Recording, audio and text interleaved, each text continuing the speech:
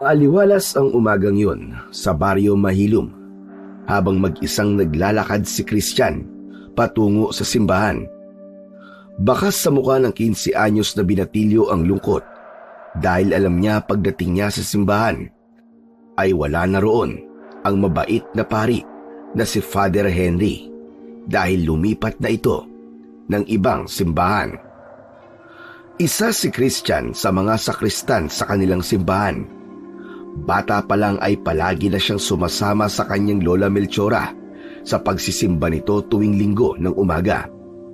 Noon ay pangarap lamang niya ang pagiging sakristan, ngunit nagkaroon yun ng katuparan nung tumungtong siya sa edad na 13.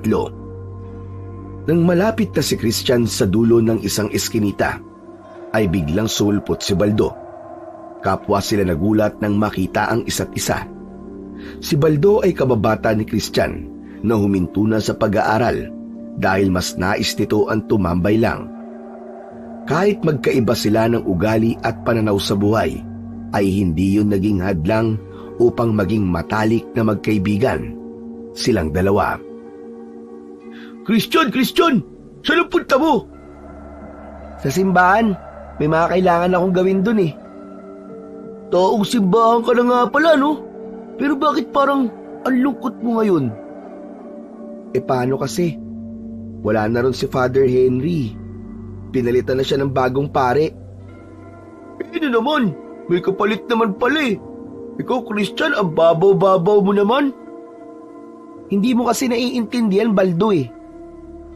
Napakabait ni Father Henry. Iba siya sa mga paring nakilala ko. Para siyang tatay ng lahat ng tao rito sa lugar natin. Kaya nga ang daming nagmamahal sa kanya. Marami rin na nalulungkot nang umalis siya at isa na ako ron. Tatay? Kung sa bagay, kaya nga father ang tawag sa kanya, di ba? O di, father, tatay, tatay, father. O di ba? Tsaka, mabait naman talaga siya. Binigyan niya nga ako ng 5 piso dati nang manghingi ako sa kanya.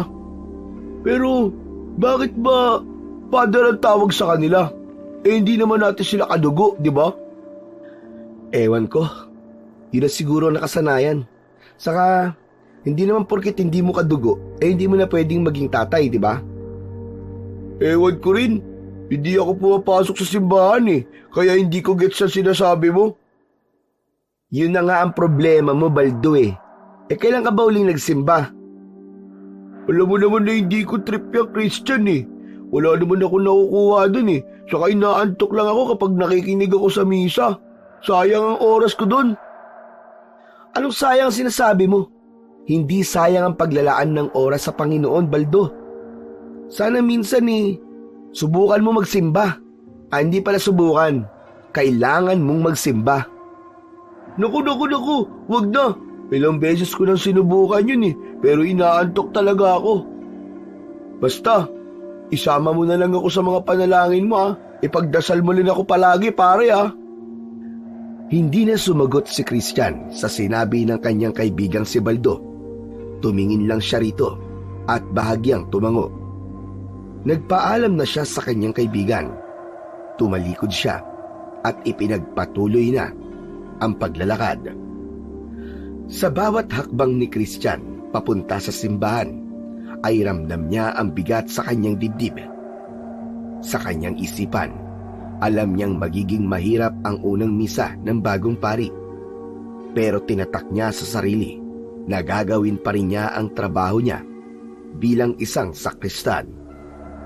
Pagdating sa harap ng simbahan, tumingala siya sa malaking krus na nakatayo sa tuktok ng kampanaryo. Huminga siya ng malalim bago pumasok sa loob. Pagpasok ni Christian sa simbahan, agad niyang naramdaman ang lamig ng hangin sa loob nun. Tahimik at walang katao-tao, maliban sa isang lalaki na nakaluhod sa gilid ng altar. Nang tumayo ang lalaki, ay doon niya nakita kung gaano yun katangkad. Sa pagharap nun, ay doon naman niya napansin ang maputi nitong kutis at gwapong muka. Hinayaan lang ni Christian ang lalaki dahil bukas naman palagi ang simbahan sa lahat ng nais na magdasal doon. Papunta na sana siya sa kumbento nang makita siya ng lalaki at naglakad yon papalapit sa kanya. Magandang araw. Ikaw siguro si Christian, hindi ba? Nakita ko ang litrato mo sa kumbento. Matalas kasi ang aking memorya. Kung di ako nagkakamali, isa ka sa mga sakristan dito, tama ba? Opo.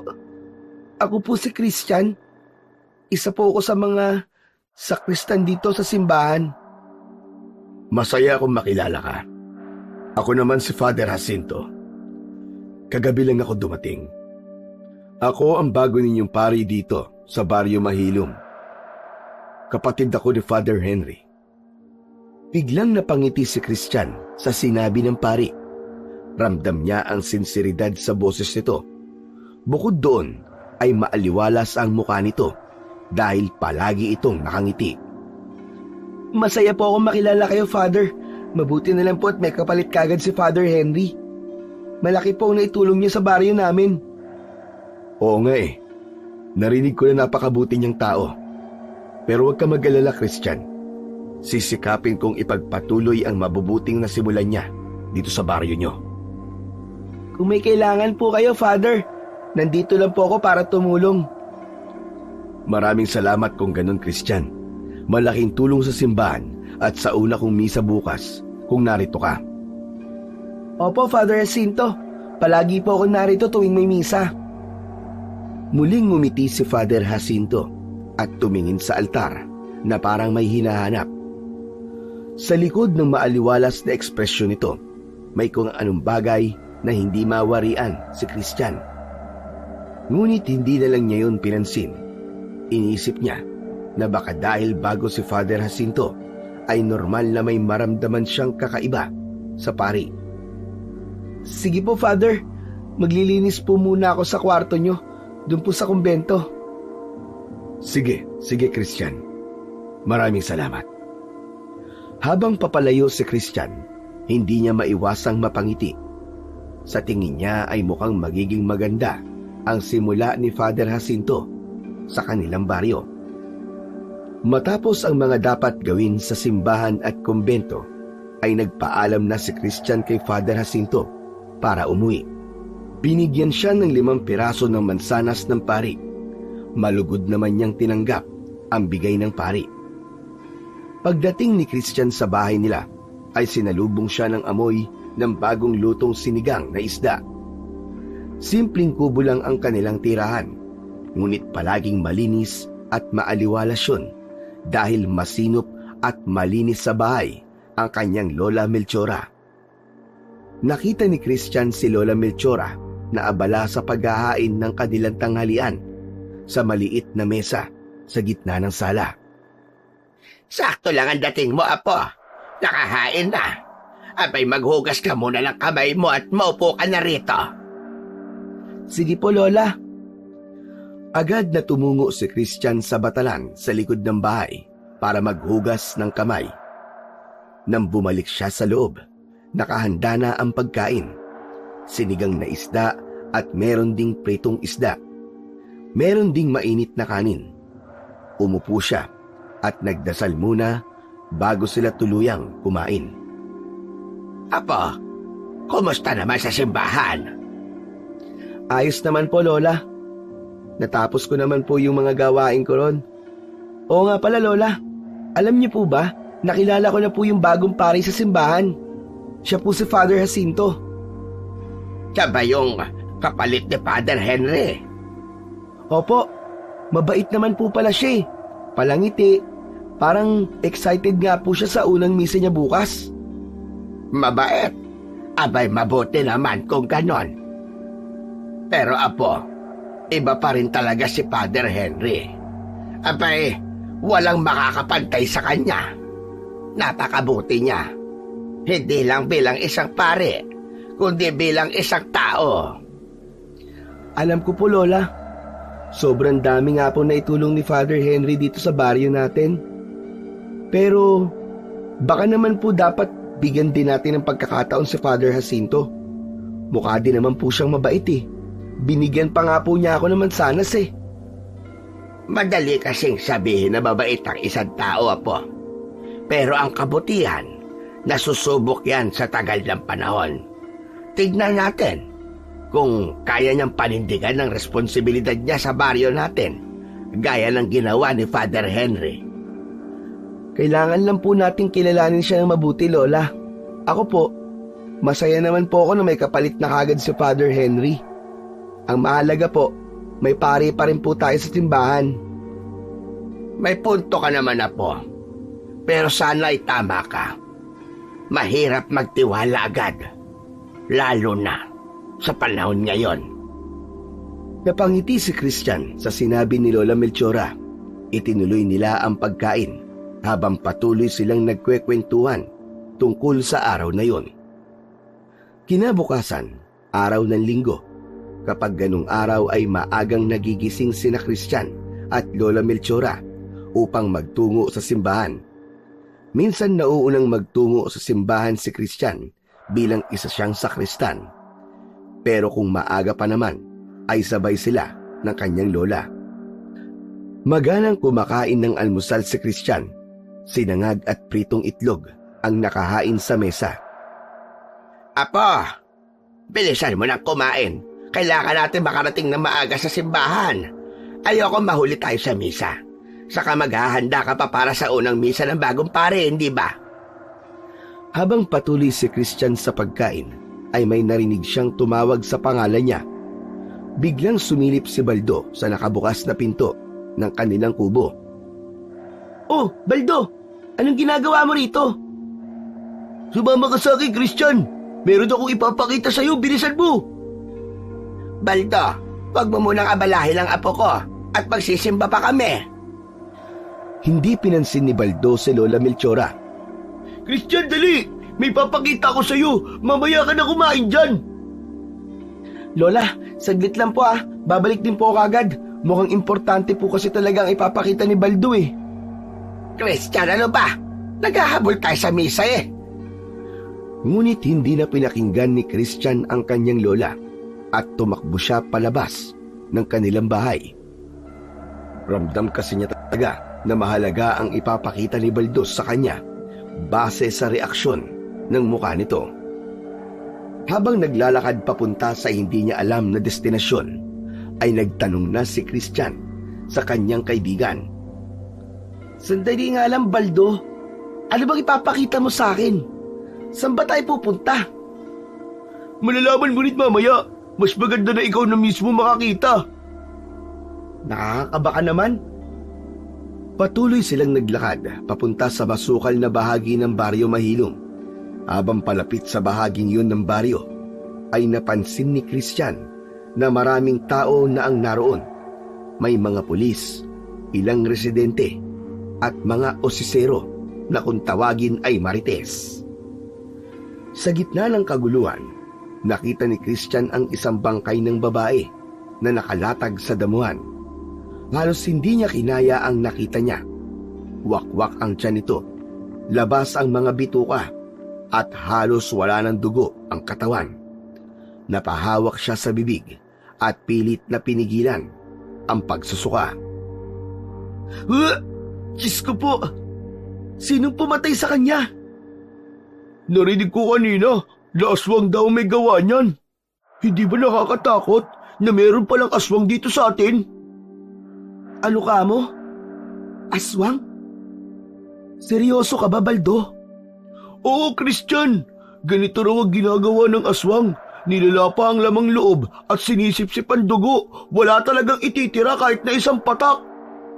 Kaya nga gusto kong makita mo yan eh. Dapat mag-ingat ka. Lalo na't minsan ginagabi ka sa pag-uwi mo mula doon sa simbahan.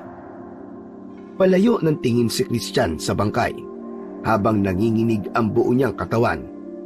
Sa kauna-unahang pagkakataon, ay nakaramdam ng ganong katinding takot ang batang si Christian. Hindi nagtagal si Christian sa lugar na yon at umuwi na siya. Iniwanan niya si Baldo roon na nais pa ring makiisyoso. Pagkarating niya sa kanilang bahay, ay bumagal ang mga hakbang niya. Nakatulala siya at tila biglang nawala sa kanyang sarili. Nagsisi siya kung bakit pa siya sumama kay Baldo dahil hindi na maalis sa kanyang isip ang imahe ng bangkay ng kalunos-lunos na babae. Basta na ba, Apo? Kanina pa kita hinihintay, ah. Magmadali ka na at baka mahuli na tayo sa misa. Sinabi ko na sa'yo, huwag ka lang sumama sa baldo na yun eh. Hindi sumagot si Christian. Napansin ni Lola Melchora ang takot sa mukha niya. Lumapit ito at hinawakan siya sa magkabilaang balikat. Apo, anong nangyari sa'yo? Ano bang pinuntahan niyo ron ni Baldo at parang tulalang-tulala ka?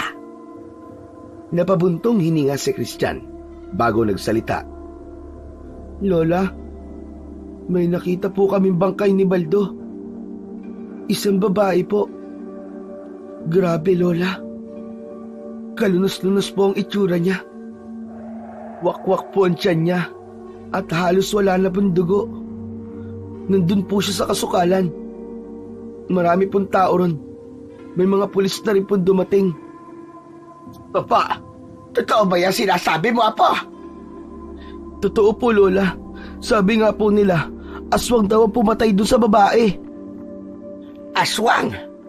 Huwag kang basta-basta maniniwala sa mga sabi-sabi, Christian. Sa tagal ko na dito sa Mahilom, wala akong narinig na kwento tungkol sa may pinatay ng aswang dito. Pero Lola, hindi gawain ng normal na tao yun. Maniwala po kayo. Parang nilapa ng isang mabangis na hayop yung babae. Apo, hindi lahat ng naririnig natin ay dapat paniwalaan natin kagad. Lalo na't walang matibay na ebidensya. Maraming masamang tao sa mundo at hindi imposible na may mga kayang gumawa ng ganong kasamaan. Tumango si Christian pero nasa isip pa rin niya ang nakitang bangkay at ang takot na maaaring may nagtatagong aswang sa kanilang baryo. O siya, magbihis ka na, Apo.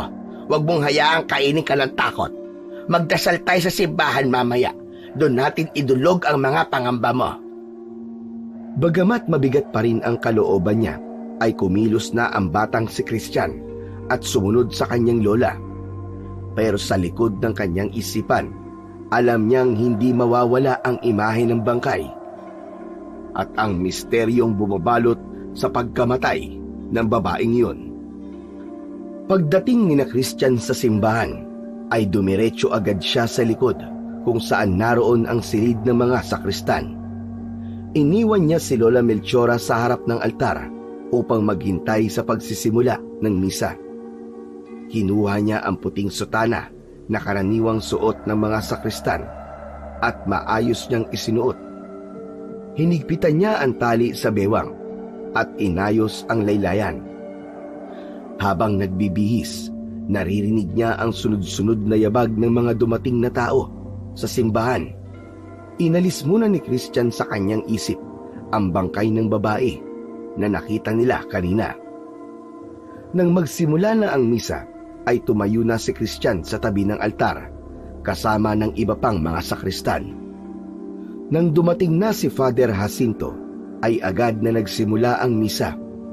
Tumayo ito sa gitna ng altar at binigkas ang pambungad na panalangin.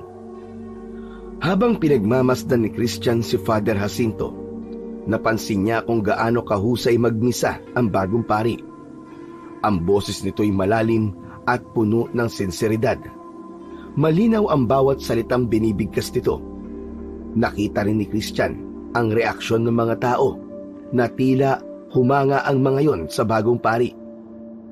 May mga ngumingiti pa at tumangutango habang nakikinig sa sermon ni Father Jacinto. Matapos ang banal na misa, ay muling nagsalita si Father Jacinto. Mga minamahal kong taga-baryo Mahilom, lubos ako nagpapasalamat sa inyong mainit na pagtanggap sa akin bilang inyong bagong pari. Ngunit ngayong araw, nais kong magbigay ng panalangin para sa ating kababayan na nasawi sa isang karumal-dumal na insidente. Nakikiramay ako sa pamilya ng ating yumaong kababayan. ipagdasal natin ang kanyang kaluluwa. At naway, gabayan siya ng Diyos, patungo sa liwanag, at para sa ating lahat, maging mapagmatsyag at pag-ingatan natin ang ating sarili sa bawat oras. Sumagot ang mga tao ng mahinang amen. Naroon ang lungkot sa kanilang mga mata, ngunit halatang nakahanap sila ng kapanatagan sa mga sinabi ng pari. Pagkatapos ng misang yon, ay nagmadaling bumalik si Christian sa likod ng altar upang gawin ang mga tungkulin ng isang sakristan pagkatapos ng misa. Kasama niya ang dalawa pang sakristan na sina Leo at Mateo na parehong kaedad niya. Habang tinatanggal nila ang mga ginamit na kandila sa altar, ay nag-usap sila ng mahina. Alam na rin pala ni Leo at Mateo ang tungkol sa bangkay ng babae, at maging ang mga ito ay natakot at kinilabutan. Sinabi na lang ni Christian na sana ay mahuli na kung sino mang pumatay sa kaawa-awang babae. Matapos magpalit ng damit, ay pinagtulungan nilang ayusin at linisin ang altar. Habang ginagawa nila yon, ay dumating si Father Jacinto. Maraming salamat sa pagsama niyo sa unang misa ko dito sa Baryo Mahilom. Mamaya'y kumuha kayo ng mga delata sa kumbento ko bago kayo umuwi at delhin niyo sa inyong pamilya. Sabay-sabay na nagpasalamat sina Christian sa pari. Nang dalhin na mga kasama ni Christian ang malalaking kandila sa likod ng altar, ay lumapit si Father Jacinto sa kanya. Basta ka, Christian. Kanino ko pa napapansin na parang takot na takot ka.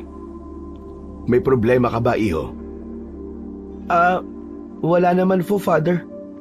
Hindi ko lang po maalis sa isip ko yung bangkay po ng babae na pinatay. Nakita ko po kasi mismo yung bangkay kanini. Mahabaging Diyos. Talagang kalunos-lunos ang pangyayaring yon. Nakakalungkot na sa unang misa ko pa nangyari ang ganong bagay. Ipagdasal mo na lang sa Diyos ang iyong takot at isuko mo sa Kanya ang lahat, Christian. Opo. Maraming salamat po, Father Jacinto. O sige na, maaari ka nang umuwi. Huwag kalimutan na kumuha ng delata, ha? Pinarte-parte ko na yon. Mag-iingat ka. Opo, Father.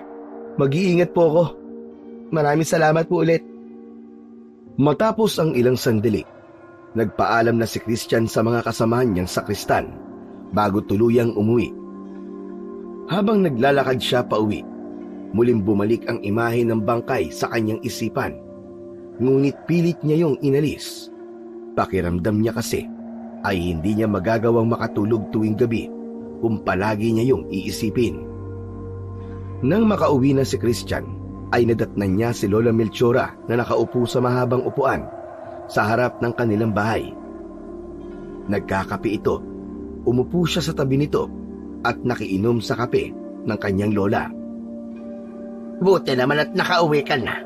Mamaya ay tulungan mo ko magdala ng mga tinahikong school uniform kina Diday, ha? Malapit na palang pasukan. Sigurado ako na hindi ka na magiging abala masyado sa simbahan kapag pumapasok ka na ulit sa paaralan. Kaya nga po, Lola eh. Lola, tanong lang po. Ano pong tingin niyo kay Father Jacinto? Maayos naman siyang magmisa. Malinaw ang kanyang sinasabi. Malinaw siyang magsalita. Kahit medyo bata pa siya, ay parang sanay na siya. Kaso nga lang po ano, Lola?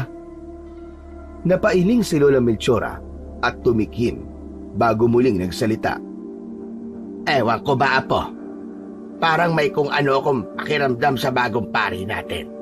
Parang meron siyang itinatago na hindi ko masabi kung ano. Ano pong ibig niyong sabihin, Lola? Mukha naman po siyang mabait, ah.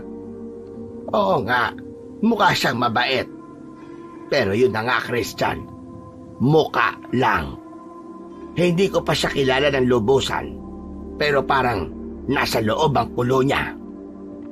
Akala ko po ba masama po ang manghusga ng kapwa, Lola? Kayo po nagsabi nun sa akin eh. Sinagot ko lamang ang tanong mo, Apo. Yan ang unang impresyon ko kay Father Jacinto. Hindi ko naman sinasabing totoo ang mga sinabi ko. Saglit na natahimik si Christian at sandali niyang inisip ang sinabi ng kanyang lola. Sana naman po mali kayo, Lola. Maganda po yung unang misa niya at mukhang maayos naman po siya makitungo sa mga tao. Siguro po, kailangan lang natin siya kilalanin pa ng mas mabuti. Siguro nga, Apoy, tama ka. Pero mag-iingat ka pa rin. Hindi lahat ng nakikita mo may mabuting ginagawa ay mabuti rin ang intensyon. Hindi na sumagot si Christian. Sa halip, tumayo siya at nagpaalam para magpahinga sa kanyang silid. Ngunit kahit nakahiga na siya, ay naglaro pa rin sa kanyang isip ang mga salitang binitiwan ng kanyang lola. Tila nagkaroon ng bahid ng pagdududa ang tingin niya kay Father Jacinto, ngunit pinilit niyang iwaksiyon. Mabilis na kumalat sa buong baryo ang magandang impresyon ng mga tao kay Father Jacinto. Isang umaga, habang nasa tapat ng simbahan si Christian at inaayos ang mga paso ng halaman, napansin niya si Father Jacinto na abala sa pakikipag-usap sa ilang tao roon.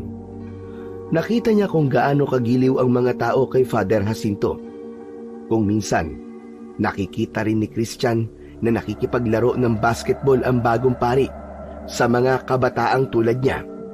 Kaya maging ang mga kabataan ay naging malapit na rin kay Father Jacinto. May ilan din na lumalapit kay Father Jacinto at nagtatanong tungkol sa mga plano para sa fiesta. Masaya at walang pag-aalinlangan namang sinasagot ng pari ang tanong ng mga tao, kahit pahalata ang pagod dito.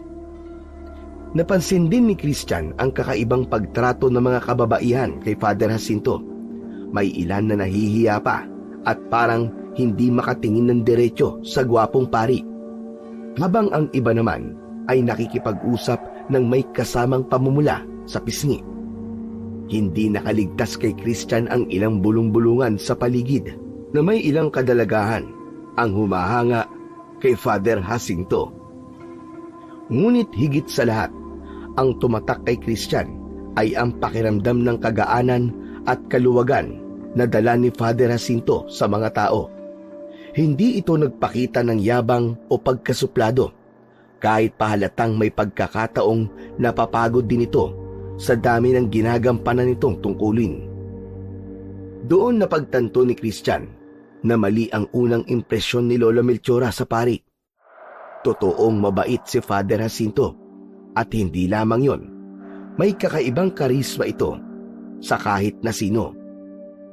Araw ng Sabado, matapos mag-almusal, ay nagtungo si Christian sa kumbento. Nakatoka siya sa araw na maglinis sa kwarto ni Father Jacinto. Binuksan niya ang pinto at sinimulang magwalis. Matapos yun, ay pinunasan ang mga gamit na naroon. Hinuli niya ang pag-aayos sa kama. Habang inaayos ang ulunan ng kama, napansin ni Christian ang krus na nakasabit sa pader. Nakabaligtad yun. Natigilan siya at tinitigan ng krus. Alam niyang hindi yun ganon nang huli siyang maglinis sa silid na yun. Inabot ni Christian ang krus at dahan-dahang ibinalik sa tamang posisyon. Bahagya siyang nagulat nang biglang bumukas ang pinto at pumasok si Father Jacinto. Anong ginagawa mo, Christian? Inaayos ko po tong krus, Father. Napansin ko pong nakabaligtad eh. Lumapit si Father Jacinto at tumingin sa krus. Baka hindi magandang pagkakasabit, kaya bumaliktad ng kusa. Salamat naman at inayos mo, Christian. Walang anuman po, Father. Napakasipag mo talaga, Christian. Sige, ituloy mo na ang paglilinis. Kukunin ko lang ang aking Biblia. Matapos kunin ng pari ang Biblia, ay lumabas na itong muli at muling ipinagpatuloy ni Christian ang kanyang ginagawa. Umuwi na rin kagad si Christian pagkatapos ng gawain niya sa kumbento. Binigyan siya ng pera ni Father Jacinto at ibinili niya yun ng 2 kilo ng bigas. Kung ikukumpara sa dating pari ng Baryo Mahilom, masasabi ni Christian na mas galante si Father Jacinto. Pagdating ni Christian sa bahay, nadatnan niyang balisa si Lola Melchora na nakaupo sa bangko at nakatingin sa bintana. Lumapit siya at naupo sa tabi nito. Ano po nangyari, Lola? Parang balisa po kayo. Apo, may natagpuan na naman silang patay sa dulong bahagi ng baryo. Ha? Sino po? Isang lalaking magsasak. Wakwak din ang tiyan. Halos wala ng dugo at laman loob. Kagaya ng pagpatay na ginawa doon sa babaeng unang natagpuan patay sa lugar din na yon. Lola, hindi po kaya aswang talagang may gawa nun? Sa pagkakataong ito, naniniwala na ako na meron ng aswang dito sa baryo Mahilom. Hindi kayang gawin ng tao ang ganong klaseng pagpatay. Alam mo, Christian, sa tagal ko na rito sa Mahilom, ngayon lang nangyari ang ganitong karumal-dumal na pangyayari. Kung ganun, Lola, ano pong gagawin natin? Magdasal tayo, Christian. Yun lang ang magagawa natin sa ngayon. Tumango si Christian at tumayo. Nagtungo sila sa altar at kinuha ni Lola Melchora ang rosaryo nito. Magkatabi silang lumuhod at nagsimulang magdasal para sa kanilang kaligtasan. Nang sumunod na araw, matapos ang misa, ay lumapit si Father Jacinto kay Christian habang inaayos niya ang mga ginamit sa natapos na misa. Christian, pwede mo bang linisin ang bodega sa likod? Matagal na yung hindi nalilinis eh. At baka may mga gamit doon na kailangan ng itapon. Sige po, Father. Pagkatapos ko po nito ay yun naman po ang gagawin ko. Maraming salamat, Christian. Hayaan mo at magpapagawa ako ng merienda para sa'yo. Mabilis na tinapos ni Christian ang pag-aayos ng mga gamit. Maya-maya pa ay nagtungo na siya sa bodega na nasa likod ng kumbento.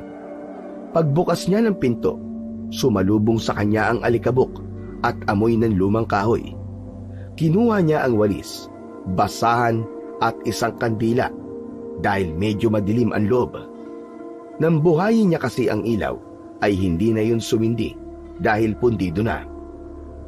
Sinimulan niyang punasan ang mga estante, ayusin ang mga kahon, at walisan ang sahig.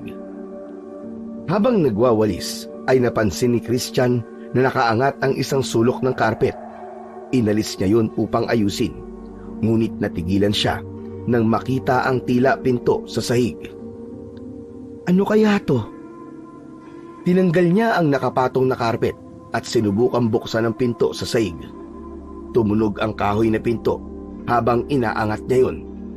Nang tuluyan na niya yung nabuksan, ay tumambad sa kanya ang isang hagdan pababa. Hawak ang kandila, ay sinilip niya ang loob nun. May basement pala dito? Bakit ngayon ko lang ito nalaman? Napuno ng kuryosidad si Christian kung ano ang meron sa basement na yon. Kaya marahan siyang bumaba sa hagdan. Sa bawat tapak niya sa mga baitang ay umiingit ang kahoy na hagdan. Pagdating sa ibaba ay natagpuan niya ang isang mahabang lagusan na ang dingding ay gawa sa bato. Malamig at tahimik ang paligid. Tanging ang liwanag ng kandila na hawak niya ang nagbibigay sa kanya ng tanglaw. Naglakad si Christian sa lagusan at sa dulo nun ay may isang pintuan. Hindi na siya nagdalawang isip na buksan yon. Isang may katamtamang silid ang nasa likod ng pinto. Pumasok siya roon at tinanglawan niya ng kandila ang bawat sulok. Wala siyang nakitang kakaiba roon, maliban sa isang altar na nasa gitna ng silid. Sa altar ay may mga tunaw na kandila at bulok na mga bulaklak. Sa gitna noon ay may isang ginintuang crucifix na may pulang kristal na disenyo. Humanga si Christian sa ganda ng crucifix na yon. Nasa tansya niya ay 2 dangkal ang haba. Nilapitan niya yon at nang akmang hahawakan na niya ang crucifix ay mabilis niyang binawi ang kanyang kamay. Naisip niya na baka isa yung banal na gamit ng simbahan na hindi maaaring hawakan ng basta-basta. Tinitigan ni Christian ang krusipeyo bago umatras. Lumabas na siya ng silid at muling isinarado ang pinto. Muli niyang nilandas ang lagusan at umakyat sa hagdan. Pagkalabas niya ng basement ay isinara niya ang pinto at agad niyang ibinalik ang carpet sa sahig. Sakto naman bumukas ang pinto ng bodega at pumasok si Father Jacinto. Tapos ka na ba, iho? Hindi pa po, Father eh. Pero malapit na po. Magmerienda ka na muna sa kusina. Halika na. Nagpagawa ko ng mainit na tsokolate at may tinapay doon. Salamat po, Father. Habang naglalakad si Christian papunta sa kusina, hindi mawala-wala sa isip niya ang nakitang crucifix sa basement. Hindi niya maintindihan. Ngunit nang makita niya yon, ay may kung anong enerhiya ang bagay na yon na tila hinihila siya. Pagdating sa kusina ng kumbento, ay nagsalo muna sa isang simpleng merienda sina Christian at Father Jacinto. Nakabibingi ang katahimikan, kaya nag-isip si Christian ng maaari nilang pag-usapan. Father, may itatanong po sana ako sa inyo. Ano yun, iho? Naniniwala po ba kayo sa mga aswang? Sandaling natahimik si Father Jacinto. Ibinaba nito ang tasa ng tsokolate at tumitig sa batang si Christian. Bakit mo naman naitanong yan, iho? Kasi po, parang ang dami-daming nangyayari sa baryo eh. Ang sabi po ng iba, gawa daw po ng aswang yung mga patayan dito. Alam mo, Christian, bilang isang pari, naniniwala ako na may mabuti at masama sa mundo. Ang Diyos ang sumasalamin sa kabutihan at hindi natin maitatanggi na may masama tulad ng demonyo. Ibig po bang sabihin, posibleng totoo mga aswang, Father? Posible, pero hindi natin dapat kalimutan na minsan, ang takot at mga kwento ay lumalaki lamang dahil sa imahinasyon ng mga tao. Sa halip na mag-focus tayo sa takot, dapat magtiwala tayo sa Diyos at sa pananampalataya natin sa Kanya. Pero Father, paano po kung totoo ngang may aswang dito sa baryo natin? Kung meron man, tandaan mo na walang mas malakas sa kapangyarihan ng dasal. Ang masama, kahit pagaano kalakas, ay walang laban kung ang isang tao ay puno ng pananampalataya at tiwala sa Diyos. Kaya po ba, madalas nyo kaming sinasabihan na magdasal? Tama ka, Christian. Ang dasal ang pinakamalakas na sandata laban sa kasamaan. Tahimik na tumango si Christian at uminom ng tsokolate. Sa simpleng pag-uusap na yon, ay gumaan kahit paano ang loob ni Christian patungkol sa hindi magagandang nangyayari sa Baryo Mahilo. Naniwala siya kay Father Jacinto na basta matibay ang pananampalataya at palagi siyang nagdadasal, ay walang masamang mangyayari sa kanya. Nang matapos ni Christian ang paglilinis ng bodega, ay naglakad na siya pauwi sa kanilang bahay. Hindi niya inasahan na makakasalubong niya si Baldo, na agad siyang inakbayan at sumabay sa kanyang paglalakad. Christian! Christian! Buti nakita kita! Bakit parang ang saya mo yata ngayon, Baldo? Grabe ka ha! Akala ko ba'y best friend kita? Nakalimutan mo na ba kung anong meron sa araw na to? Bakit? Ano bang meron ngayon? Hindi naman piyesta. Wala. Nakapagtatampo ka naman, pare. Birthday ko ngayon! Birthday ko! Kaya lang, wala namang handaan sa bahay kahit birthday ko eh. Pero alam mo, nag-ipon ako ng pera para makakain man lang ako ng fast food. Hala, sama ka sa akin. Ililibre kita kasi birthday ko eh. Aba, ayos siya na. Sige. Sasama ako, pero saglit lang tayo ah. Oo naman, pagkakain natin, uuwi na kagad tayo. Pero sigurado ka ba? Baka wala nang matira sa ipon mo pag nilibre mo ako. Huwag ka mag-alala, pinag-ipunan ko talaga to para maging espesyal ang araw na to. Tara na! Sige pare, happy birthday ah. Naglakad na sila palabas ng Baryo Mahilom at sumakay sila ng tricycle papunta sa bayan. Pagdating nila sa isang sikat na fast food restaurant ay pumila na si Baldo para umorder habang si Christian naman ay naghahanap ng mauupuan nila. Hindi nagtagal ay inilapag na ni Baldo ang isang tray na puno ng masasarap na pagkain. Masayang kumain at nagkwentuhan ng magkaibigan. Matapos nilang kumain, lumabas sila ng fast food at napansin nila ang peryahan malapit sa plaza. Uy, may perya oh, tara! Ang tagal ko na rin hindi nakakasakay ng mga rides eh. Sigurado ka? Baka wala ka ng pera, Baldo. Hindi ba't sabi ko sa'yo may ipon ako? Tara na kasi! Hindi na nakatanggi si Christian sa alok ni Baldo. Sumakay sila sa Ferris wheel, tumalon-talon sa inflatable castle at sinubukan pa ang carousel kahit na parang masyado na silang matanda para doon. Tumawa sila ng tumawa, lalo na nang subukan nila ang shooting game, pero wala ni isa man sa kanila ang nakatama kahit sa isang target. Christian, alam mo, hindi ka talaga papasa bilang isang sniper. Sus, makapagsalita ka. Puro palpak din naman yung mga tira mo. Patuloy silang nagdaro at naglibot sa peryahan hanggang sa napansin ni Christian na dumidilim na. Baldo, gabi na pala. Dapat umuwi na tayo. Mapapagalitan na ako nito ni Lola eh. Oo nga no, hindi ko rin napansin. Tara na nga, paniguradong hinahanap na rin ako sa bahay. Naglakad sila hanggang sa makasakay sila ng tricycle pauwi sa Baryo Mahilom. Kahit alam ni Christian na mapapagalitan siya ni Lola Melchora, ay wala na siyang pakialam dahil naging masaya naman siya kasama si Baldo sa araw na yon. Inabot na ng 9:00 ng gabi sina Christian at Baldo bago sila nakarating sa bakuran ng Baryo Mahilom. Minalas sila dahil nasiraan ang tricycle na sinakyan nila at kinailangan pa nilang maghintay ng ibang tricycle para makalipat sila. Tahimik ang paligid habang naglalakad ang magkaibigan pauwi sa kanilang bahay. Bilog ang buwan na nagbigay ng kaunting takot kay Christian. Kita mo na? Sabi ko na eh, hindi tayo dapat nagtagal dun sa perya. Ginabi tuloy tayo ng ganito. Hindi tayo gagabi ng ganito kung hindi nasiraan yung tricycle. Saka ano naman kung ginabi na tayo? Masaya naman tayo, di ba?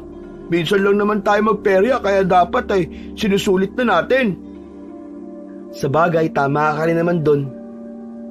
Basta, bilisan na nga natin at baka maabutan pa tayo ng aswang dito. Ayun! Lumabas din ang totoo. Kaya ayaw magpagabi kasi takot sa aswang.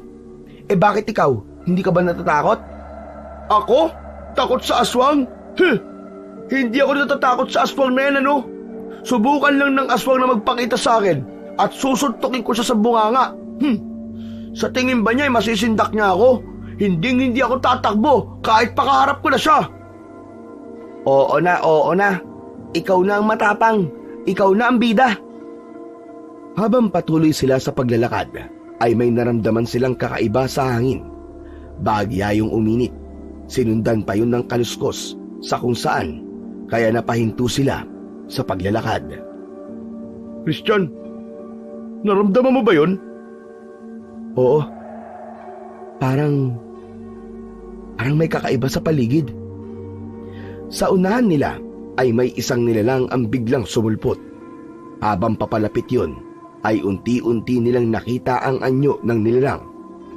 Matangkad na medyo payat ang katawan. Ang mga mata ay nagniningning sa dilim, na waring nagbabaga. Mahahaba ang kuko at kakaiba ang kulay ng balat na animoy isang uling. Aswang! Aswang yang Christian! Ang aswang ay malakas na umatungal at inilabas nito ang mahaba nitong dila habang may tumutulong malapot na laway sa bibig nito. Isang malakas na tili ang pinakawalan ni Baldo, ngunit nagulat na lamang si Christian nang biglang tumalikod si Baldo at tumakbo ng mabilis. Naiwan si Christian na hindi makagalaw sa kinatatayuan niya dahil sa sobrang takot. Kulang na lang ay maihi siya sa kanyang salawal. Ang aswang ay dahan-dahang lumapit kay Christian habang nakatutok sa kanya ang mga mata nito. Hindi makagalaw at makapagsalita ang batang si Christian kahit nasa harapan na niya ang aswang dahil parang nalunod siya sa sobrang takot. Hanggang sa malakas na umangil ulit ang aswang. Sa tindi ng kaba at takot, unti-unting dumilim ang paningin ni Christian hanggang sa tuluyan siyang nawalan ng malay. Ang huli niyang narinig ay ang malakas na ungol ng aswang at tinanggap na lamang niya na yun na ang kanyang katapusan. Nang bumalik ang ulirat ng batang si Christian, ay mabilis siyang napadilat ng mata. Inasahan niya na nasa harap pa rin niya ang aswang, kaya takot na takot siyang sumigaw. Aswang! Aswang! Tulungan niyo ako! Isang kamay ang biglang humawak sa balikat niya. Lumayo ka sa akin! Aswang! Ano ba pinagsasasabi mo, Christian? Ako ito, ang lola mo. Lola? Akala ko po, aswang kayo. Aba, ang sakit mo naman magsalita, bata ka. Ako talaga, aswang. Pero kumalma ka na, iho. Wala ka nang dapat ikatakot. Nasa bahay ka na. Ligtas ka na rito, apo ko. Nagsimulang bumagsak ang luha ni Christian at napayakap siya kay Lola Melchora. Ang buong akala niya talaga ay katapusan niya na ng gabing yun. Lola, akala ko po mamamatay na talaga ako kagabi. Akala ko po wala na. Kalma lang, iho. Kalma lang. Huwag ka mag-alala. Nandito na si Lola. Ligtas ka na, apo.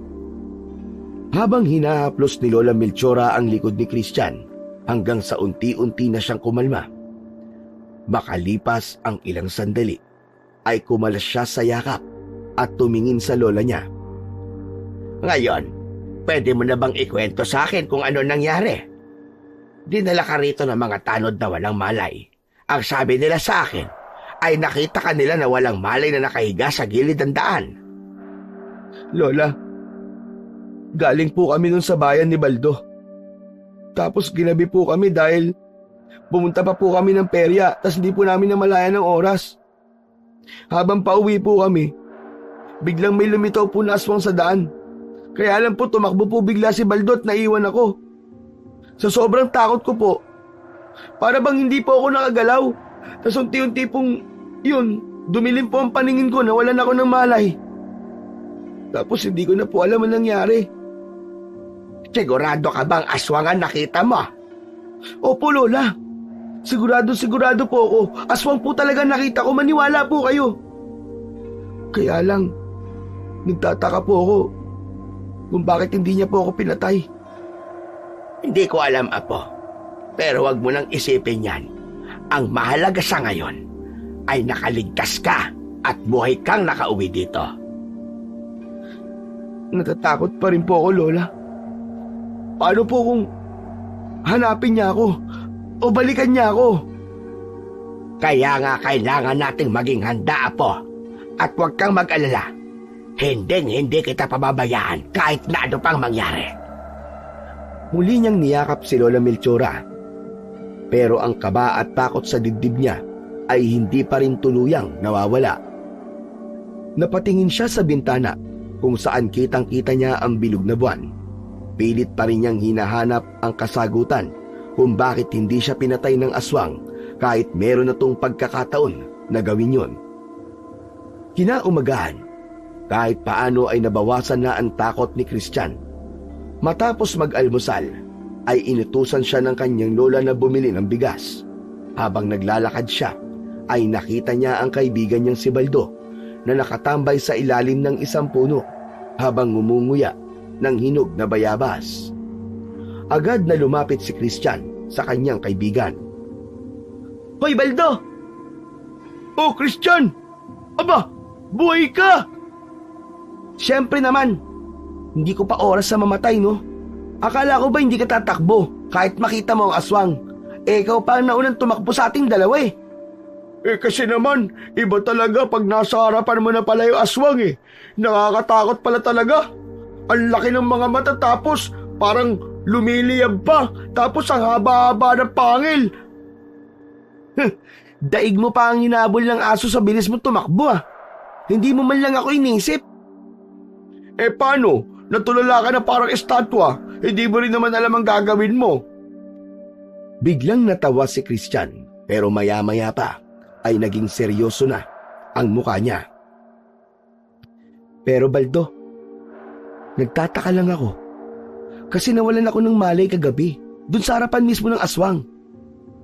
Bakit kaya hindi niya ako pinatay? Talaga? Nakapagtataka nga yun ano? Kasi kung ako ang aswang at nawalan ka ng malay, aba, kakainin na kita. Baka busog pa siya, kaya ganun. Di ko alam. Pero parang may kakaiba doon. Parang may dahilan kung bakit hindi niya ako sinaktan. Parang, alam mo yun? Sa tingin ko kilala niya ako. Ano? Kung kilala ka ng aswang, sino naman kaya yun? Ewan ko, Baldo. Hindi ko rin alam. Hindi nakaimik si Baldo, pero halata sa mukha nito ang kaba. Tumahimik sila ng ilang saglit at parehong nag-isip tungkol sa hindi maipaliwanag na pangyayari nung nakaraang gabi. Sa likod ng isip ni Christian, nagsimula na siyang maghinala kung may koneksyon siya sa aswang o kung may mas malalim pang sikreto na hindi niya alam, nagigimbal sa kanilang lahat. Pagkatapos bumili ng bigas, ay naglakad na si Christian pauwi. Pagdating niya sa bahay nila, ay agad siyang sinalubong ni Lola Melchora na may ngiti sa labi. Christian apo, mabuti at bumalik ka na. Alam mo ba na meron tayong bisita? Sino po? Pumasok ka sa loob at makikita mo. Napatakbo si Christian papasok ng bahay. Pagpasok niya ay tumambad sa kanya ang isang matandang pari na nakaupo sa silyang kahoy habang may hawak na isang tasa. Nagliwanag ang mukha ni Christian nang malaman kung sino ang kanilang bisita.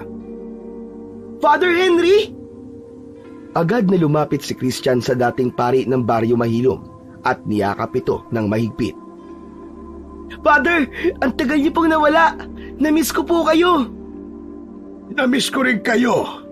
Kaya naman, naisipan kong bumisita kahit saglit lang. Namimiss ko na mga tao dito sa Baryo Mahilom. Lumapit si Lola Melchora na may dalang mga tinapay na nasa pinggan. Inilapag nito yun sa maliit na lamesa na nasa gitna. Mabuti naman. At naisipan niyo pong bumisita dito, Father. Kumusta na po kayo sa bagong simbahan? Mabuti naman, Melchora. Maganda ang simbahan doon. Malaki at moderno. Pero iba pa rin ang baryo na ito. Iba ang init ng pagtanggap ng mga tao rito sa akin. Talagang hindi madaling kalimutan ang lugar kung saan ka halos tumanda sa paglilingkod. Nagpatuloy ang kwentuhan nila tungkol sa bagong simbahan ni Father Henry at ang mga bagong lugar na napuntahan nito. Nakinig ng mabuti si Christian habang masiglang nagkikwento ang pari. Maya-maya pa ay tumingin sa relo si Father Henry. Nako, napasarap na pala ang kwentuhan natin. Kailangan ko nang umalis bago gumabi. Mahaba-haba rin ang biyahe ko pabalik. Ihatid ko na po kayo, Father. Doon po sa sakayan ng tricycle. O sige, hindi ko tatanggihan yan, Christian. Salamat, anak. Tara na po, Father. Matapos magpaalam ni Father Henry kay Lola Melchora, ay lumabas na sina Christian at Father Henry. Habang naglalakad papunta sa sakayan ng tricycle, ay binasag ni Father Henry ang katahimikan. Christian, balita ko may nangyari daw dito sa baryo kamakailan. Narinig ko na may mga tao ro na pinatay ng aswang. Totoo ba ang mga yon? Opo, Father. Nakita nga po namin ni Baldo yung bangkay ng isang biktima eh. Kahit nga po kami ni Baldo, muntik na rin po mabiktima ng aswang na yon. Ano ka mo? Aba, mabuti na lang at nakaligtas kayo. Ano nangyari? Nung isang gabi po, habang pauwi po kami galing po kami ni Baldo sa perya, may aswang po na biglang lumitaw sa harapan namin. Natakot po kami ng sobra. Dahil po sa sobrang takot, si Baldo naman po, bigla pong nanakbo, iniwan po ako. Ako naman po, natulala po ako sa sobrang takot. Halatang nag-aalala si Father Henry habang nakikinig sa mga sinasabi ni Christian. Ano nangyari pagkatapos doon? Nawalan po ako bigla ng malay. Akala ko nga po papatayin na po ako. Pero ang sabi po ni Lola, may mga tanod daw po na nakakita sa akin na wala po akong malay sa daan. Sila po nag-uwi sa akin sa bahay. Nagtataka nga po ako kung bakit hindi po ako pinatay ng aswang eh. Pero alam niyo, Father, may pakiramdam po ako. Nakilala po ako ng aswang kaya po hindi po niya ako pinatay. Nakapagtataka nga na hindi ka niya pinatay o sinaktan man lang. Sa tingin ko, ay tama ang hinala mo. Nakilala ka ng aswang dito sa Baryo Mahilom. Meron din akong ikikwento sa iyo, Christian. Alam mo bang, meron akong kilala noon na isang manunugis ng aswang. Bago siya umalis dito sa Baryo Mahilom, ay nag-iwan siya ng isang sandata sa akin, laban sa mga aswang. Anong klaseng sandata po, Father? Isang krusipeyo. Pero hindi ito pangkaraniwang krusipeyo. May patalim na nakatago sa loob nun. Kapag ang isang aswang na nagpapanggap na tao ay sinaksak mo gamit yon, ay lalabas ang tunay niyang anyo. At higit pa ron, gawa ito sa kakaibang metal na kinatatakutan ng mga aswang. Krusipeyo? Crucifix? Ano? Sandali, Father. Nasa basement po ba ng simbahan ang tinutukoy niyong crucifix? Yung krusipeyo po na sinasabi niyo? Nagulat si Father Henry at napalingon kay Christian. Paano mo nalaman kung saan ko yung tinago? Mangyaring inutusan po kasi ako ni Father Jacinto. Yung bagong pari po na maglinis po ng bodega. Habang naglilinis po, natuklasan ko po ang isang pinto sa ilalim ng carpet. Mayagdan po kaya bumaba po ako. Doon ko po nakita ang isang altar at ang crucifix na sinasabi nyo. Buti na rin at nakita mo kung nasan yon. May dahilan kung bakit naroon yon upang hindi basta-basta makita ng kahit na sino. Kailangan kong makuha ang sandatang yon upang ibigay sa karapat-dapat na siyang lalaban sa kampon ng kadiliman. Kung ganun, pwede po kitang samahan ngayon sa simbahan para kunin po ang crucifix. Hindi na ako maaaring bumalik sa simbahan upang kunin yon. Kailangan kong bumalik agad sa simbahan kung saan ako nakatalaga. Pero ikaw, maaari mo bang kunin ang crucifix at pangalagaan ito hanggang sa makabalik ako? Ha? Ako po, Father? Bakit po ako? Dahil alam mo na kung nasan yon. Isa pa, malaki ang tiwala ko sa iyo, Christian. Alam kong mabait kang bata dahil ilang taon rin tayong magkasama sa simbahan. Sige po, Father. Kukunin ko yun at iingatan hanggang sa bumalik po kayo rito. Salamat, Christian. Sa pagbabalik ko sa susunod na linggo, kukunin ko yan mula sa iyo. Pero tandaan mo na kailangan mo yung pangalagaan. Pangako po, Father. Hindi ko po yun ipapahawak kahit po kay Lola Melchora. Nang makarating sila sa sakayan ng tricycle, ay humarap si Father Henry kay Christian. Salamat sa paghahatid sa akin, Christian. Magdasal ka palagi, ha? Opo, Father. Mag-ingat po kayo sa biyahe. Sumakay na sa tricycle si Father Henry at kumuway kay Christian habang papalayo. Gumanti naman ng kaway si Christian at nang mawala na sa paningin niya ang tricycle, ay naglakad na siya pabalik sa bahay nila. Pinagplanuhan ni Christian ang pagkuha sa crucifix sa basement ng simbahan. Hali siya na magtungo roon dahil alam niya na kapag ganong oras ay nagsisesta si Father Jacinto. Pumasok si Christian sa simbahan at tuminto sa tapat ng altar upang mag-sign of the cross bago siya nagtungo sa bodega na nasa likod ng kumbento. Habang naglalakad, ramdam ni Christian ang kaba. Alam niyang maaaring mapagalitan siya ni Father Jacinto kapag nahuli siya nito, pero desidido siyang gawin ang iniutos ni Father Henry. Nang makarating sa pintuan ng bodega, ay huminga siya ng malalim at dahang-dahang binuksan yon. Pagpasok niya sa loob ng bodega, ay tinanggal niya ang carpet na nakatakip sa pinto patungo sa basement. Nang makita niya ang kahoy na hawakan ng pinto, ay agad niya yung binuksan. Inilabas niya ang dala niyang kandila at sinindihan yun gamit ang posporo. Bumaba si Christian sa hagdan at tinahak ang mahabang lagusan. Pagdating sa dulo, ay binuksan niya ang pinto na naroon. Agad na sumalubong sa kanya ang altar kung nasaan ang crucifix. Lumapit siya at kinuha ang crucifix. Naramdaman niya ang kakaibang bigat nun. Hindi nagtagal doon si Christian at nagmamadali siyang lumabas ng basement, dala ang crucifix. Muli niyang isinara ang pinto sa basement. Inayos din niya ang carpet upang maitago ang pinto. Nang buksan niya ang pinto ng bodega upang lumabas, ay nagulat siya nang sumalubong sa kanya si Father Jacinto na mukhang pupunta sa loob ng bodega. Mabuti na lang at agad na naitago ni Christian ang crucifix sa likod niya. Isiniksik niya yon sa garter ng kanyang shorts. "O Christian, anong ginagawa mo dyan sa loob ng bodega?"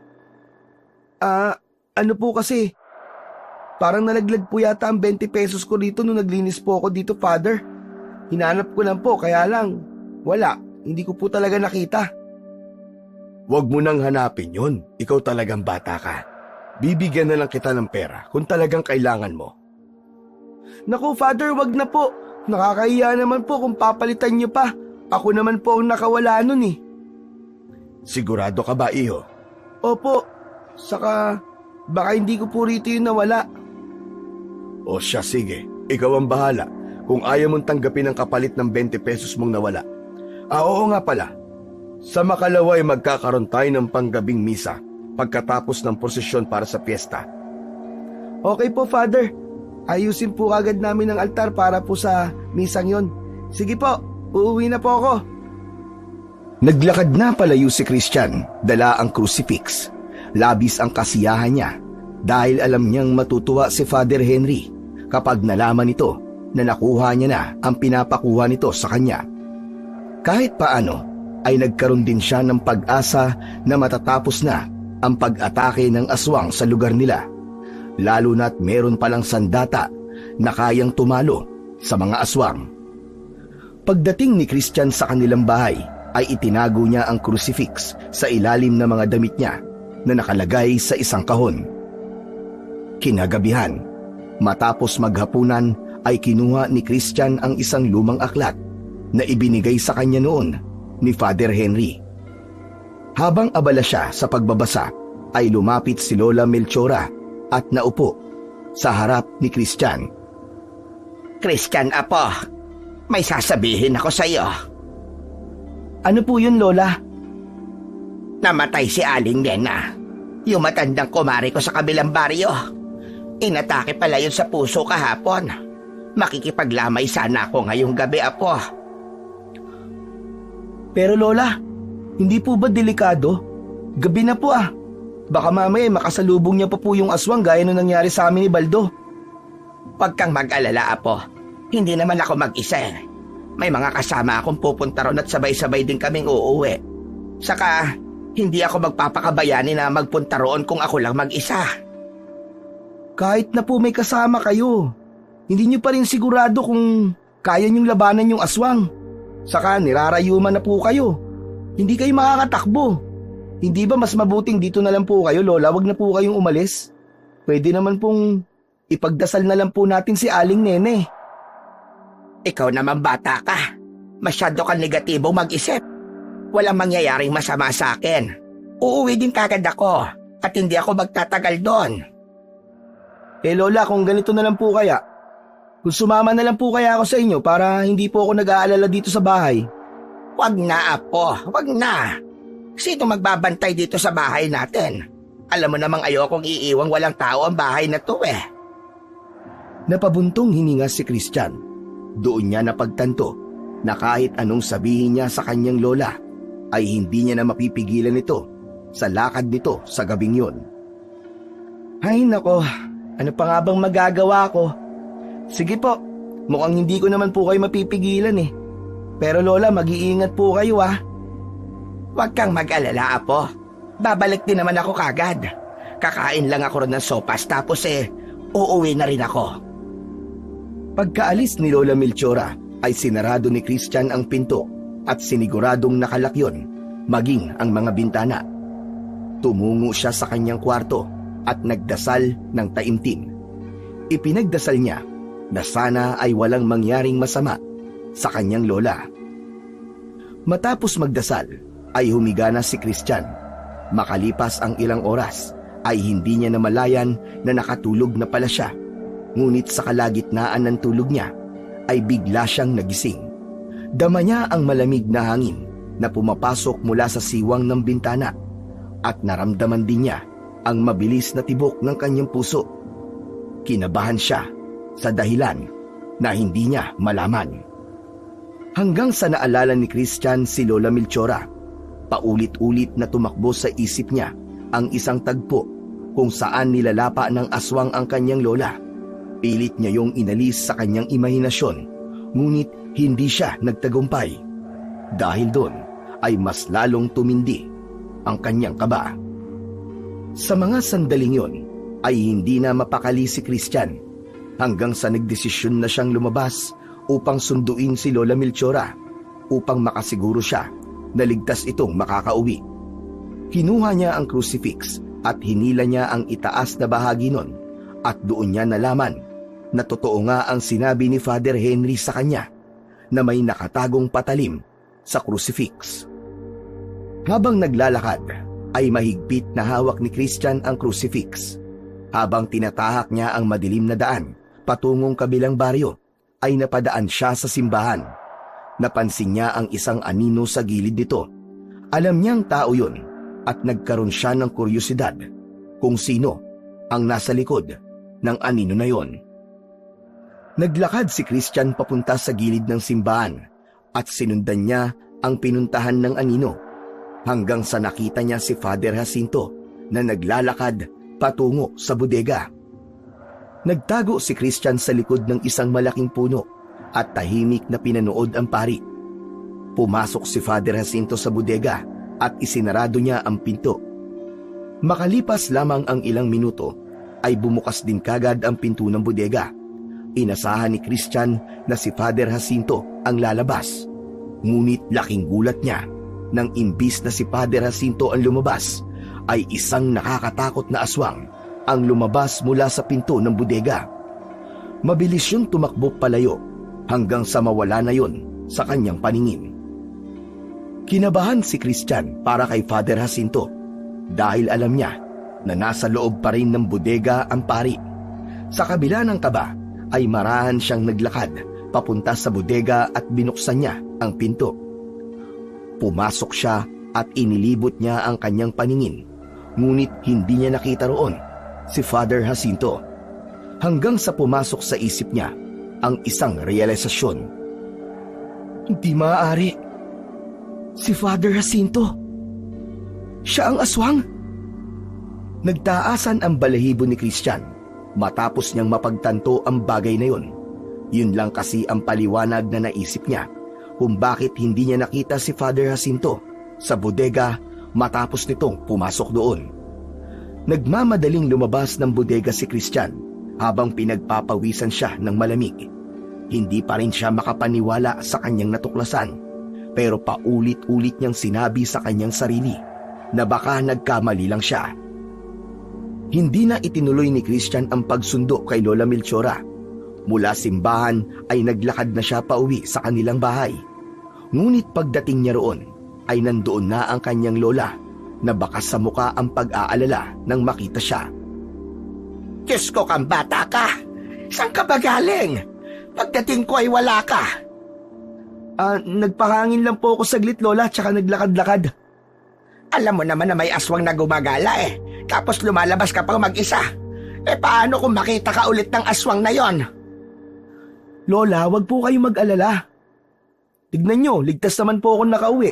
Saka, malapit lang naman po ang pinuntahan ko Nako, Puro ka talaga katwiran, hindi ka na nauubusan ng katwiran.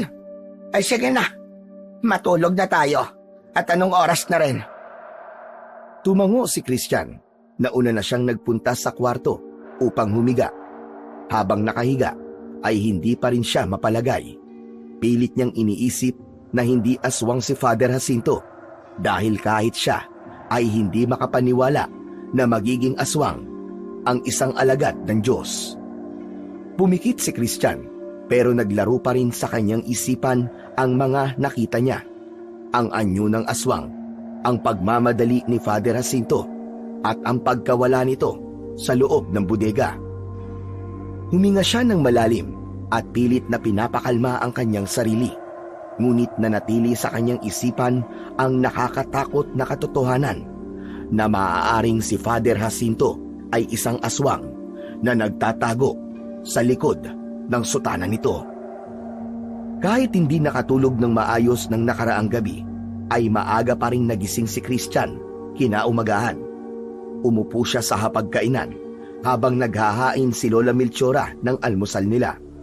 Tahimik lang siya at halos hindi niya ginalaw ang pagkain. Napansin yun ni Lola Melchora na noon ay nagtitimpla ng kape. Ayos ka lang ba, Apo? Kagabi ko pa napapansin na parang lutang ka. Umamin ka nga sa akin. May nangyari ba kagabi sa'yo habang wala ko rito? Hindi sumagot si Christian sa tanong ng kanyang lola. Sa halip, nanatili siyang nakatingin sa kanyang plato habang malalim na nag-iisip. Christian, iho, may problema ka ba? Sabihin mo sa akin. Baka makatulong ako sa'yo. Napalunok si Christian. Alam niyang hindi niya kayang itago sa lola niya ang bagay na gumugulo sa kanyang utak. Kailangan niyang sabihin ang totoo, kahit pa maaaring hindi siya paniwalaan ito. Ano kasi, Lola eh? May kailangan po akong sabihin sa inyo. Ano yon, Apo? Kagabi po, di ba po sinabi ko sa inyo na nagpahangin ako? Hindi po totoo yun. Ang totoo po niyan susundan ko po sana kayo. Tapos, nakita ko po si Father Jacinto. Ano naman kung nakita mo siya? Nakita ko po siyang pumasok po sa isang bodega, doon po sa may simbahan. At pagkatapos po, may lumabas po na aswang mula doon. Napatigil si Lola Melchora sa sinabi ng kanyang apo. Tila hindi agad naintindihan ang sinabi ni Christian. O ka ba naman, Christian?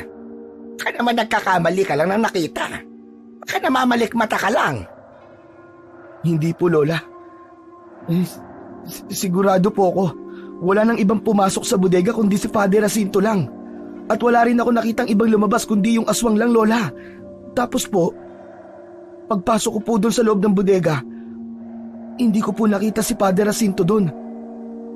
Ang ibig mo bang sabihin na po ay si Father Jacinto ang aswang? Aba, Christian, sigurado ka ba sa sinasabi mo? Opo, Lola. Nakita ko po mismo. At sa tingin ko, matagal na po niyang itinatago ang sikretong to sa ating lahat. Lola, kilala niyo po ako. Hindi po ako marunong magsinungaling.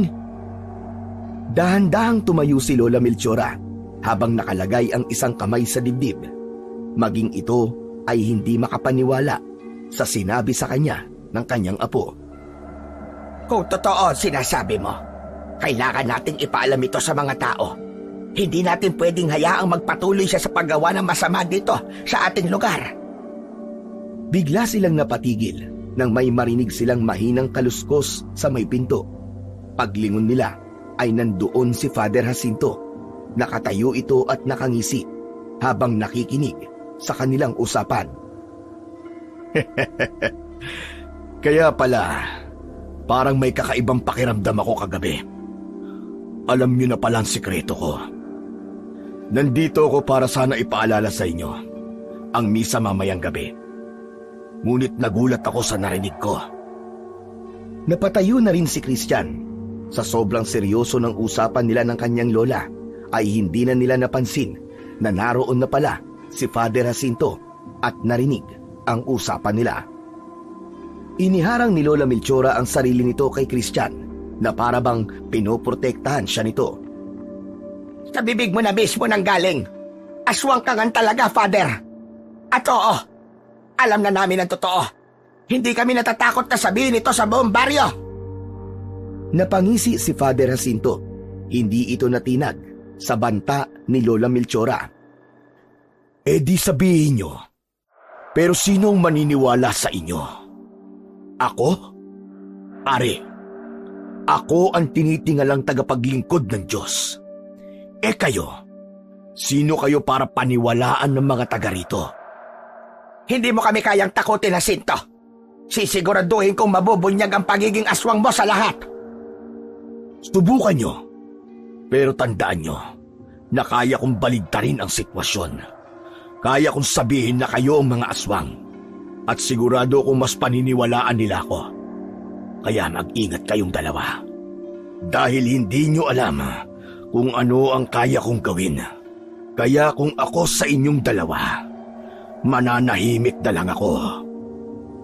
Tumalikod na si Father Jacinto at naglakad palayo. Naiwan naman sina Christian at Lola Melchora na takot na takot.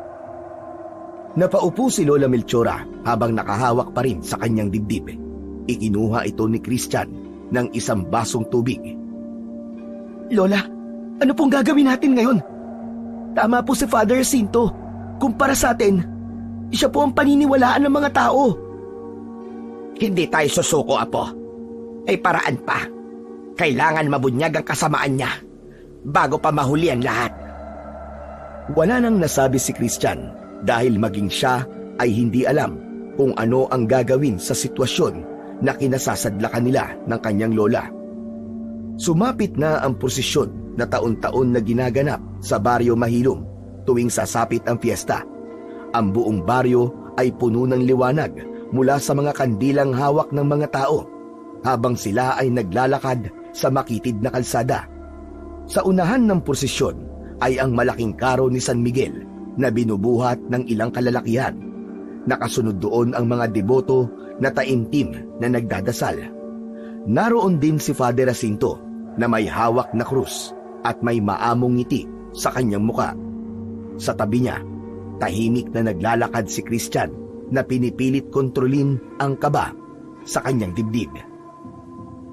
Habang naglalakad, pabulong na nagsalita si Father Jacinto kay Christian. Sabihin mo nga sa akin, Christian.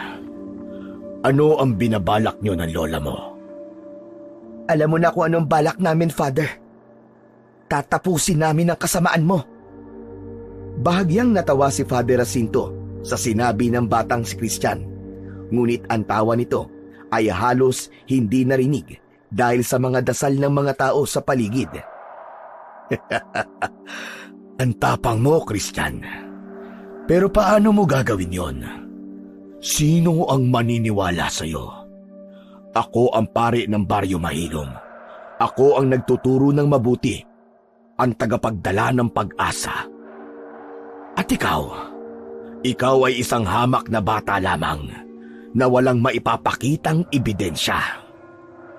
Ebidensya ba ang gusto mo, Father? Hayaan mo.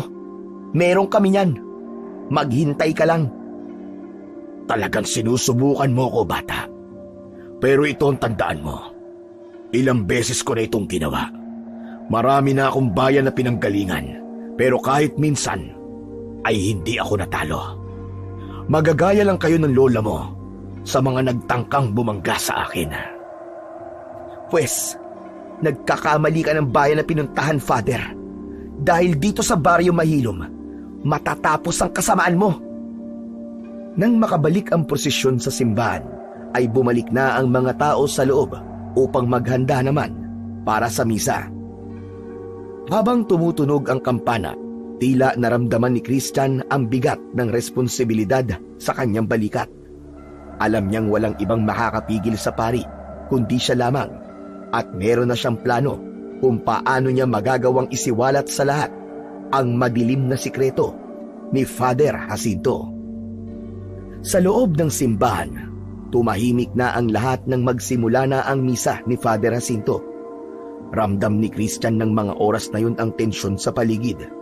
Nasa isang sulok lang siya.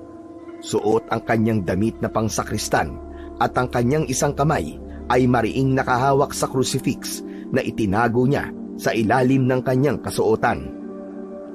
Mga minamahal kong kapatid, mag-ingat kayo sa mga tao na nagpapanggap na mabuti. Ngunit ang totoo naman ay may kasamaan na itinatago sa kanilang mga puso. Hindi lahat ng ngiti ay dalisay at hindi lahat ng kaibigan ay tunay. Tumalim ang tingin ni Christian kay Father Jacinto. Ramdam niya ang diretsong patama ni Father Jacinto na tila nagbabadya ng banta. Nagbalik sa kanyang isipan ang sinabi ng pari kagabi na maaari nitong baligtarin ang sitwasyon at palabasin na sila ni Lola Melchora, ang aswang. Habang patuloy sa sermon si Father Jacinto, unti-unting inilabas ni Christian ang crucifix mula sa kanyang kasuotan. Hinawakan niya ito ng mahigpit at marahang hinila ang nakatagong patalim mula roon. Malakas na kumabog ang puso ni Christian, ngunit alam niya na yun na ang pagkakataon niya upang ipakita sa lahat kung sino talaga si Father Jacinto. Alam niya na merong kakayahan ang patalim na yon na ipakita ang totoong anyo ni Father Jacinto kapag nasaksak niya ito gamit yon. Habang abala si Father Jacinto sa misa, nagsimulang maglakad si Christian palapit sa pari. Sandaling nagtama ang mga mata nila ni Lola Melchora at marahan itong tumango bilang pagsang-ayon sa gagawin niya. Tandaan niyo mga kasama, ang kasamaan ay nagtatago sa liwanag. Hindi niyo alam, baka ang kinikilala niyong kaibigan ay siya palang tunay na halimaw at naghahasik ng lagim dito sa ating baryo. Lalong tumibay ang loob ni Christian. Sa mismong harap ng lahat ay tatapusin niya ang kasamaan ng paring nagpapanggap. Nang nasa likod na si Christian ni Father Jacinto, ay naramdaman nito ang kanyang presensya. Lumingon nito at nagulat nang makita siya. Nabalot ng pagtataka at takot ang mukha nito nang makita ang hawak ni Christian na patalim mula sa crucifix. Christian, anong ginagawa mo? Ngunit hindi sumagot si Christian. Sa isang mabilis na galaw, itinarak niya ang patalim diretso sa dibdib ni Father Jacinto. Ulat naman ang lahat ng tao dahil sa ginawa ng batang sakristan. Mabilis na hinugot ni Christian ang patalim at umatras siya ng ilang hakbang. Nanlaki ang mga mata ni Father Jacinto at napaluhod ito sa harap ng altar. Doon na nagsimulang magbago ang anyo ng pari. Unti-unti itong nag-anyong aswang sa harapan ng mga taong nasa loob ng simbahan. Nagkagulo ang mga tao sa simbahan. Ang ilan ay tumakbo palabas, habang ang iba naman ay napako na lang sa kanilang kinatatayuan na tila hindi makapaniwala sa kanilang nasaksihan. Hinawakan ni Christian ang crucifix ng mas mahigpit, habang ang aswang na si Father Jacinto naman ay nakaluhod pa rin sa sahig. Maya-maya pa ay marahan itong tumayo at nanlilisik ang mga mata na tiningnan si Christian. Hayop kang bata ka! Magbabayad ka sa kapangasan mo! Sinira mo ang lahat ng plano ko! Papatayin kita at isusunod ko ang lola mo! Mabilis at walang babala na sinugod ni Father Jacinto si Christian. Inalis muna ni Christian ang takot at kaba sa kanyang dibdib. Mabilis niyang naiwasan ang unang atake ng aswang na pari. Ngunit ramdam niya ang lakas nito. Tumalon si Father Jacinto papunta sa dingding ng simbahan at mula roon ay muling umatake papunta kay Christian. Nagpagulong-gulong si Christian sa sahig upang makaiwas, ngunit nahuli siya ng matalas na kuko sa balikat. Napasigaw siya ng dahil sa labis na sakit. Mahigpit niyang hinawakan ang patalim mula sa crucifix at taimtim siyang nagdasal sa Panginoon. Nagabayan siya nito sa laban na yun. Muling umatake ang aswang kay Christian, ngunit sa pagkakataon na yon ay handa ang batang sakristan. Sa isang mabilis na galaw, nagawang hiwaan ni Christian ang bisig ng aswang. Tumalsik ang dugo ni Father Jacinto sa marmol na sahig ng simbahan Napahiyaw ito, ngunit hindi ito umatras. Akala mo ba'y matatalo mo ako sa patalim mong yan? Walang saysay ang lakas ng tao laban sa kapangyarihang taglay ko. Sinugod muli ni Father Jacinto si Christian. Malakas siya nitong itinulak at humampas ng malakas ang likod niya sa dingding. Halos mabitiwan naman ni Christian ang kanyang hawak na patalim, ngunit nagawa niyang ipananggalang yon upang hindi siya tuluyang masaktan ng matutulis na kuko ng pari. Nagpambuno sila sa sahig. Ang pari ay pilit na sinusubukang sunggaban si Christian gamit ang matutulis nitong pangil. Sa gitna ng laban, dumating si Lola Melchora habang hawak ang isang malaking kandila na may sindi. Lubayan mo ang apo ko! Mapagpanggap na pare! Hindi sumuko si Christian. Nang makahanap ng pagkakataon, ay sinaksak niya ang kaliwang hita ni Father Jacinto gamit ang hawak niyang patalim. Napahiyaw ang halimaw dahil sa labis na sakit at bahagyang umatras. Mabilis siyang tumayo habang habol ang kanyang paghinga. Muling umatake ang paring aswang kay Christian at sa pagkakataong yun ay nagawa na nitong makalmot si Christian sa dibdib nito. Tumilapon si Christian papunta sa isang hilera ng mga bangko at napahiga. Marahang naglakad si Father Jacinto papalapit kay Christian habang may malaking ngisi sa kanyang muka. Ngunit biglang tumakbo si Lola Melchora at ibinato ang kandila sa likuran ng aswang. Bumagsak ang may sinding kandila sa damit ni Father Jacinto at mabilis itong nagliyab.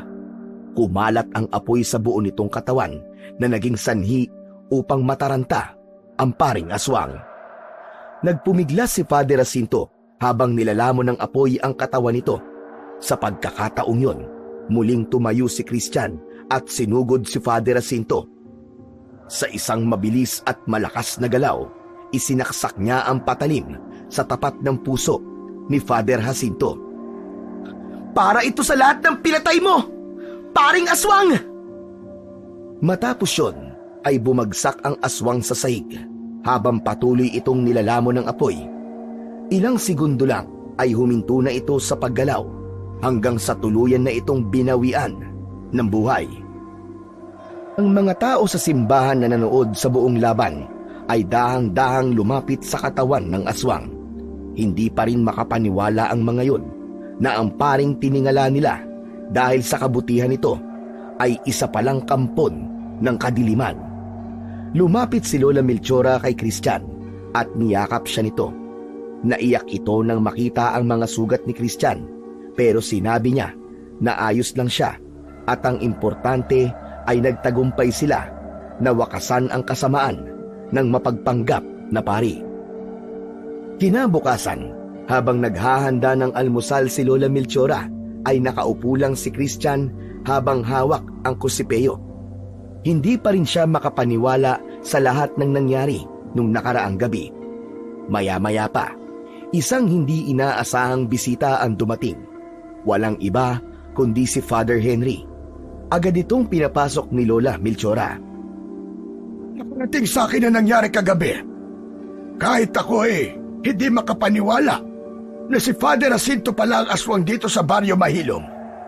Tunay nga na minsan nagtatago sa magandang anyo ang kasamaan. Maging kami, Father Henry, ay hindi rin makapaniwala na ang pari na yon, pinagkatiwalaan at lahat, ay isa palang aswang. Lumingon si Father Henry kay Christian at ngumiti.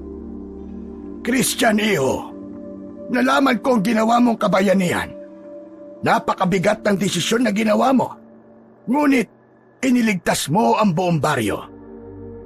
Hindi ko po yun magagawa kung hindi po dahil dito sa crucifix, Father Henry. Ito po naging sandata ko para matalo po si Father Jacinto. Saka si Lola Melchora rin po. Tumulong din po siya sa akin. Kaya, Father Henry, ibabalik ko na po itong crucifix sa inyo dahil hindi ko na po ito kailangan. Tiningnan ni Father Henry ang crucifix.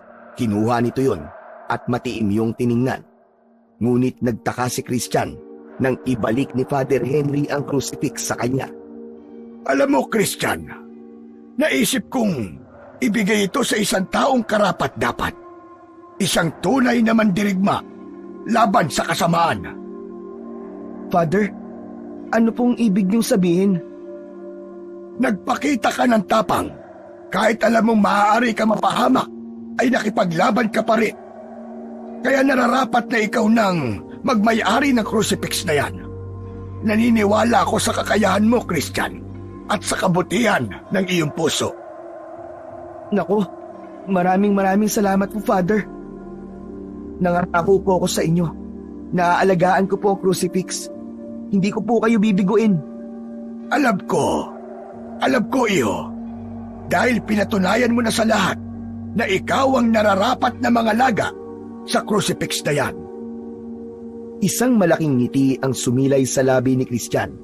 Alam niya na isang mabigat na responsibilidad ang kapalit ng pagtanggap niya sa crucifix. Pero naniniwala siya na may crucifix man o wala, basta matatag ang pananampalataya niya sa lumikha, ay hindi siya pababayaan ng Diyos at patuloy siya nitong gagabayan sa mga susunod pa niyang laban. Habang hawak ni Christian ang crucifix, ay alam niyang marami siyang natutunan sa nangyaring laban, na hindi dapat agad nagtitiwala sa mga taong mukhang mabuti, dahil kung minsan ang kasamaan ay nagtatago sa likod ng maskara ng kabutihan. Sa kabila ng lahat ng hirap at takot na pinagdaanan nila, buo na ang loob ni Christian. Hindi na siya isang sakristan lang, kundi siya na ang sakristan na handang lumaban sa kasamaan kung kinakailangan.